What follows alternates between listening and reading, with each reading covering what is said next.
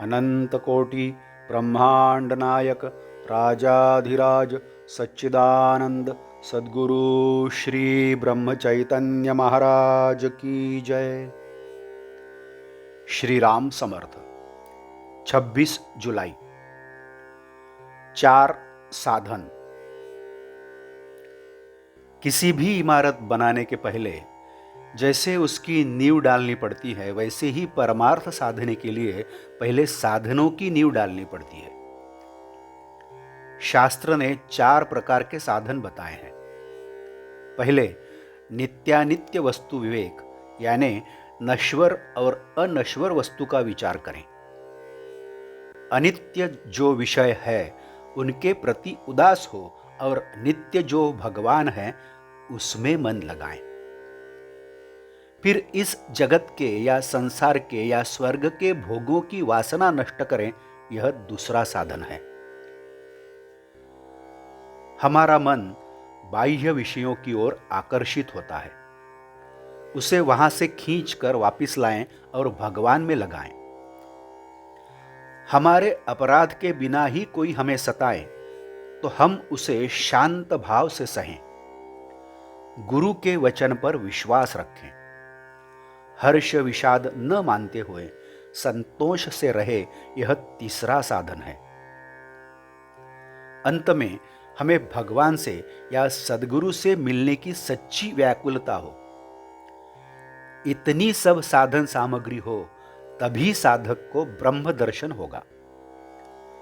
ब्रह्म दर्शन होने के लिए प्रखर वैराग्य आवश्यक होता है। पैसे का लोभ पूर्णतया निकल जाना चाहिए।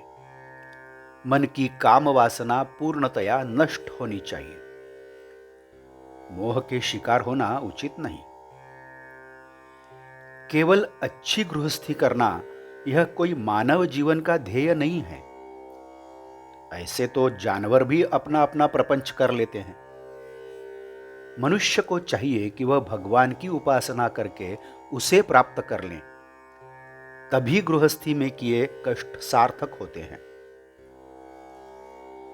आजकल की परिस्थिति में उपासना करने के लिए नाम जैसा और कोई सरल उपाय नहीं है। वस्तुतः भगवान के नाम में बहुत बड़ी सामर्थ्य समाई हुई है।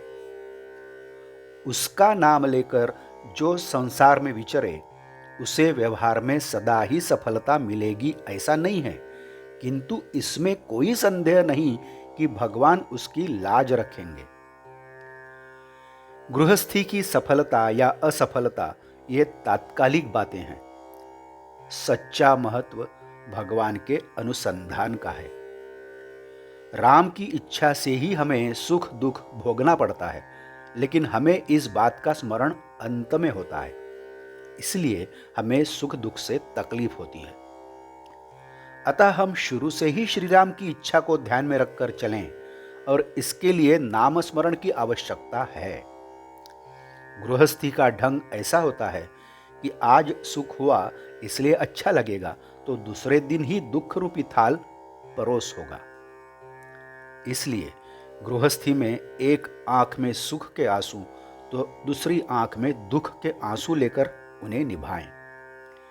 प्रत्येक बात यदि भगवान की इच्छा से ही घटित होती है तो फिर एक का सुख और दूसरी का दुख क्यों माने। समझदार अपना चित्त भगवान के नाम में रमाए रखें और भला बुरा जैसा भी प्रसंग आए उसमें एक रूप हो जाएं। जो नाम लेगा उसके पीछे श्री राम खड़े होते हैं। जो नाम लेता है उसका राम कल्याण करते हैं। इतना मेरा कहना अंत तक न भूलना। आज का बोध वचन। अति प्रेम से नाम स्मरण करें। उसमें लीन होने पर देह के सुख दुख की बाधा नहीं होगी। जानकी जीवन स्मरण जय जय राम। नमस्कार। यदि आपने इस चैनल को अभी तक सब्सक्राइब नहीं किया है तो कृपया सब्सक्राइब करिए। इस चैनल को सब्सक्राइब करिए, लाइक करिए, शेयर करिए, कुछ कमेंट्स हो वो भी दीजिए और हाँ, बेल आइकन दबाना मत भूलिए। धन्यवाद।